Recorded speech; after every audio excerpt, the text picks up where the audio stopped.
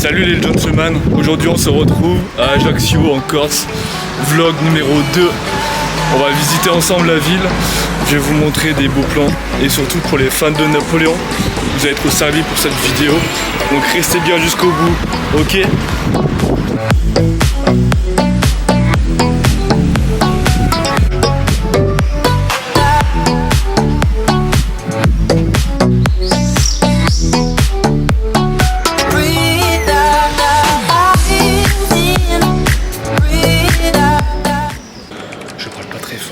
On est au Palais Fèche, on fait la visite, c'est là où il y a un grand nombre d'œuvres sur Napoléon Ier, Napoléon Bonaparte.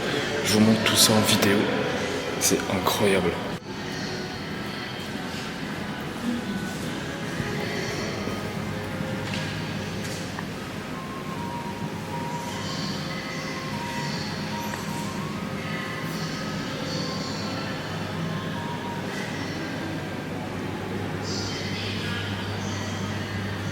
Incroyable nombre d'œuvres sur Napoléon Ier qu'on peut voir dans ce musée. On a juste ici le portrait de Napoléon, juste là. C'est vraiment incroyable. Et la pièce maîtresse de cette salle, de cette galerie, vous avez le portrait du sacre de Napoléon.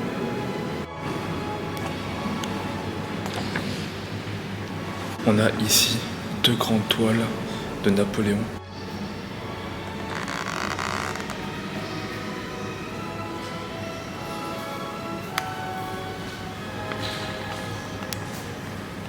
Pour l'anecdote, il était passé par les Alpes afin d'éviter la vallée du Rhône qui était à l'époque royaliste. Juste derrière, nous avons une statue de Jérôme Bonaparte, roi de Westphalie. Donc il faut savoir que Laetitia Bonaparte, c'était la mère de Napoléon, et nous avons le cardinal Fesch, c'était le demi-frère de celle-ci. C'est également une figure importante dans l'église française, car c'était, à l'époque du Grand Empire, le premier aumônier. Il est né à Ajaccio en 1763, et dès ses plus jeunes âges, il a embrassé une carrière ecclésiastique. Il devient évêque de Lyon en 1802, grâce un petit peu au neveu de Napoléon qui l'a poussé à être évêque au sein de cet évêché. Et il couronne Napoléon empereur en 1805. À la chute de Napoléon, il fut exilé en 1815 et en 1839, il meurt à Rome.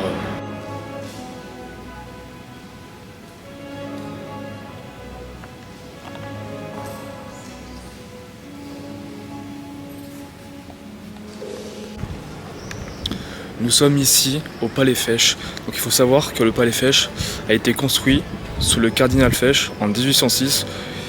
Il souhaitait inaugurer l'Institut des Arts et des Sciences à Ajaccio, la ville natale de Napoléon Bonaparte, qui était le neveu du cardinal Fesch. En 1828, la construction du Palais Fèche débute enfin.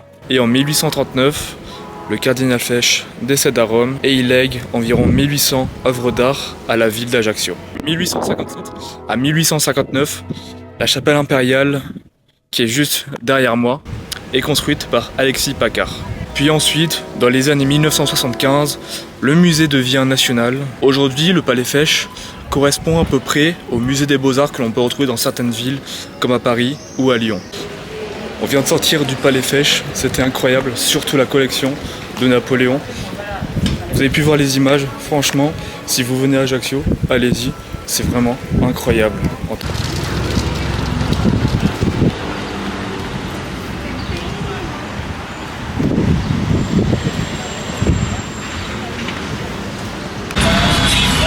Je suis un French gentleman et j'ai même un chauffeur particulier. Deuxième jour du vlog, aujourd'hui on part ce matin à 7h, direction le relais de la flamme olympique qui passe par Ajaccio. Je me dis ça peut être sympa à voir. Après tout, on dit toujours que c'est une fois dans sa vie les JO. Est-ce que ça vaut le coup ou pas? Je vous montrerai tout ça en images si c'est pas beau. En plus nous avons un petit lever de soleil. Que demander de plus? Franchement, il n'y a que ici en Corse où on peut voir des paysages magnifiques comme ça dès le matin. Regardez-moi si c'est pas beau, vraiment.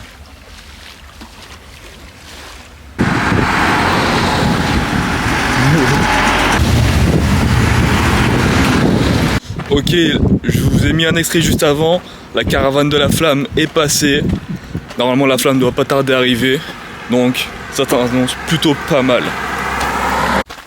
Les gentlemen, il y a un petit problème. Il n'y a pas de flamme olympique ou quoi? Il n'y a plus de voitures, il n'y a plus rien. Il y a juste eu la caravane.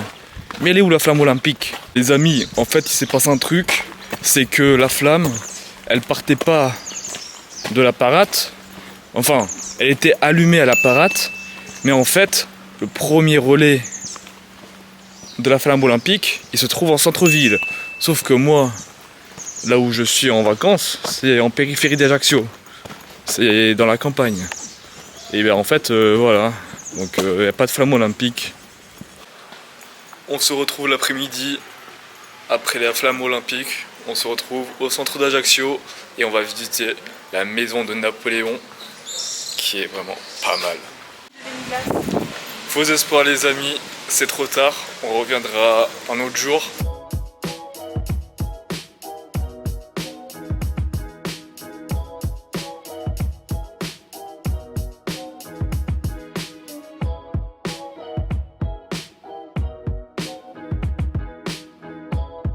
Troisième jour du vlog, les amis, on est toujours en Corse, il est 7h30 du matin, on fait ses petits pas pour se réveiller, sa petite promenade matinale avec une vue incroyable sur la plage. Que demander de plus? Aujourd'hui, programme chargé, nous allons à Porticcio, je vous filmerai tout ça. Oh, mais qu'est-ce que c'est marqué là? Oh, qu'est-ce donc? Abonnez-vous à The French Gentleman. Oh. Tiens, mais qui a pu écrire ça? On se retrouve après s'être changé de ce matin. On va aller voir et visiter la maison de Napoléon. La maison où Napoléon aurait grandi jusqu'à ses 9 ans. Je vous montre tout ça en images et c'est parti. On est ici dans la maison de Napoléon. Je parle pas très fort, je prends le micro. Ici, on a une pièce avec différents bustes de la famille de Napoléon. Juste là, on a le buste de Napoléon, premier consul. Je vous montre, on est dans la pièce où il y a le lit de Napoléon. C'est incroyable. Donc c'est le lit où il aurait séjourné pour la dernière fois lors de son retour de la campagne d'Égypte en 1799. Et vraiment, on peut voir qu'il était vraiment petit, Napoléon. Moi, j'ai pas assez de protéines, c'est pour ça. Regardez. Les gars, c'est incroyable. On a une pièce d'origine. C'est incroyable. Je sais pas, comment vous dire.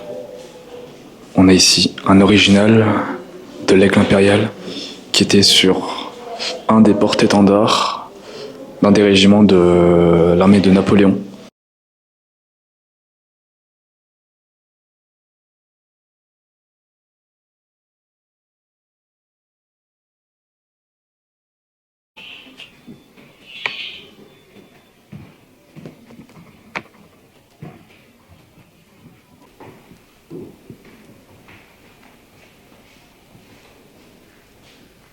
On arrive ici dans la pièce du cabinet de travail de Charles Bonaparte. Donc il faut savoir que Charles Bonaparte, c'était le père de Napoléon. Il était avocat. Donc ici, on a pas mal de mobilier vraiment super stylé. Voilà.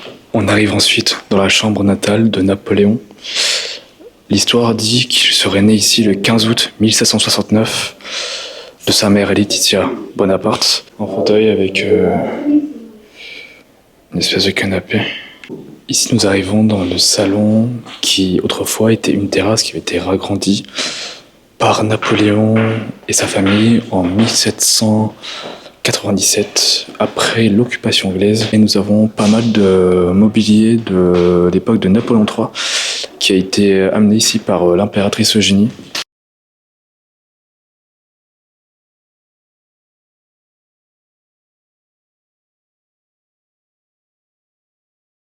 Nous arrivons ici dans une pièce en enfilade. Elle a été acquise en 1790, donc c'était une pièce d'une maison d'à côté. Ils l'ont rachetée.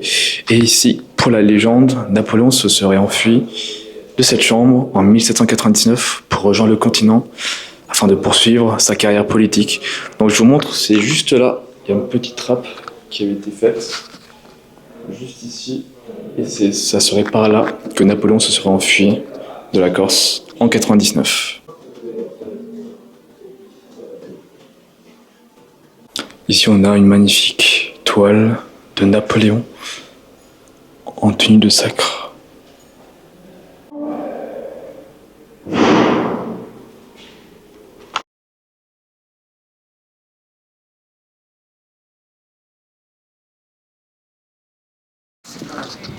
On se retrouve après la maison de Napoléon, on se retrouve pour la grotte de Napoléon.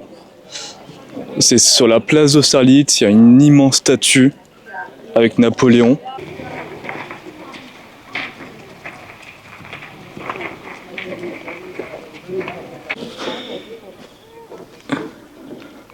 Là où nous avons la statue de l'empereur Napoléon, et ici sur la paroi de la montée, nous avons tout le nom des grandes batailles qu'il a remportées.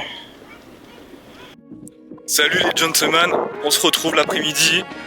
On est à la Parate, c'est une pointe d'Ajaccio. C'est une petite réserve naturelle avec de beaux paysages.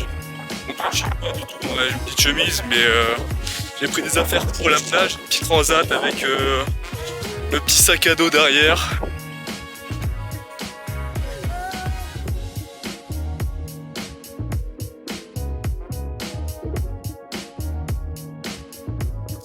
Bon les amis, là on est parti sur un chemin de randonnée avec mon sac. Je sais pas où est-ce qu'on va arriver. En plus j'ai des vieilles chaussures de sport là. Si jamais vous me revoyez pas, sachez que je vous aime fort les abonnés.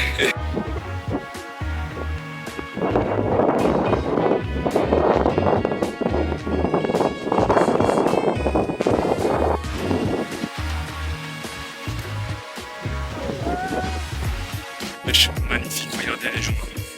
Je vous montre.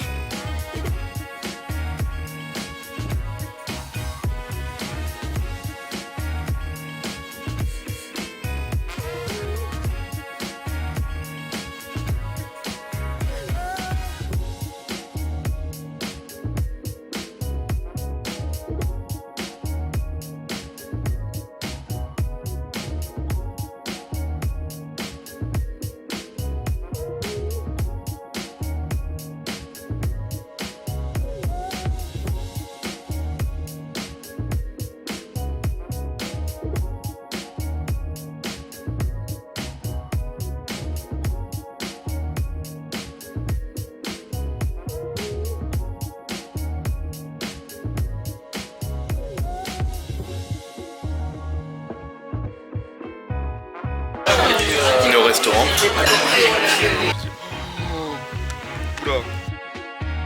Doit son nom à Marquis